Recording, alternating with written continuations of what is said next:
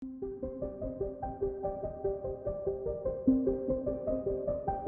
тэгэхээр бид нэр одоо сургалтын сайтаа хийж гүйцэтгэх бэлэн боллоо. Тэгэхээр сургалтын сайтын хувьд бол Learning Management System гэдэг WordPress дээр ажилладаг тусгай LMS системийг бол бид нар ашиглаж өөрсдийнхөө сургалтынхаа сайтыг хийх болно. За тэгээд сургалтын сайт дээр болохоор бидний юуны дөрөнд тэгэхээр домейнээ болоод Namecheap-ээс худалдаад авчин. За Namecheap-ээс худалдаж авсан домейнээ болохоор Cloudflare дээр холбоно. За тэгээд Cloudflare дээр холбохдоо яах вэ гэхээр Cloudflare дээр бол бид нэр өмнөх хичээл дээр бол хаяг үсгээд үзсэн. За тэгэнгүүт Endmine site гэдэг энэ шинэ домейнаа Cloudflare руу оруулангууд бид нэр дээр ийм хоёр Namecheap-ийн рекорд гарч өгнө. За тэгээд Name server-ийн ийм аюуг бол бид нэр Namecheap руугаа хоолно. За Namecheap руугаа хаана хоолох вэ гэхээр өөрсдөө аккаунт руу ороод manage хийгээд за manage дотор энэ дээр Name server гэж байгаа.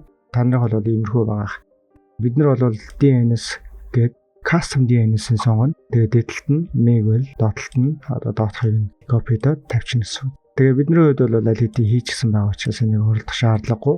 Тэгээд refresh чинь. За энэ процесс бол ерөнхийдөө бид нар шинэ домен авах болгонд Cloudflare доментой холбох процессыг бол хийдэг. Cloudflare-ыг ашиглах шаардлага нь юу гэхээр Cloudflare үнэгүй хөлбөр дээр ч гэсэн бидний маш олон зүйлүүдийг үн төлбөргүйгээр хийж өгч олон эрсдэл их зардлаас бол хасаж хэмнэж өгдөг юм учраас бид нэг Cloudflare-ийг бол өөрсдөө бизнесийн үйл ажиллагаанд ашиглаад явж байгаа. За тэгээд Cloudflare бол өөр дээрээ одоо CDN гэдэг хамгийн чухал хэсгийг бол байрлуулдаг. Тэгээд тэр нь бол бидний хэрэглэгч хаанаас хандаж байгаа зүйл шалтгаалаа таны вебсайтыг хурдан унших, харагдуулах тэр процессыг бол бие даан ажиллаж өгдөг. Тэр нь бол маш даваа талтай. За тэгээд хүлээх хүлцэн хэсэг хугацаанд шалгаж үзэнгүүт одоо энэ name server нь бол check name server гэдэг дарчингууд энэ дээр ерөнхийдөө бүртгэгдсэс нь том утгагүй гараад ирдэг байгаа. За тэгээ ер нь бол бид нэр overview дээрээ болчлоо гэдгийг харж байгаа. Тэгээ active хийгдсэнсөө тэгээд Endmine site гэдэг процесс